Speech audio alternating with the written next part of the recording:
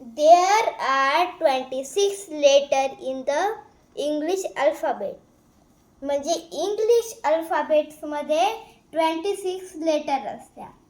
There are 5 special letters in the alphabet.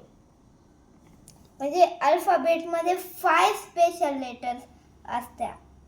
There are now as vowels. ते vowels असतात. There is म्हणजे ते काय असतात? A, E, I, O, U. हे काय? Vowels. All the other letters are called consonants. म्हणजे बाकीचे लेटर्स असते ना A, E, I, O सोडून त्यांना काय म्हणतात? कन्सनंट्स. आणि आपण कन्सनंट्स कशावरून ओळखायचे? वावेल्स कशावरून ओळखायचे?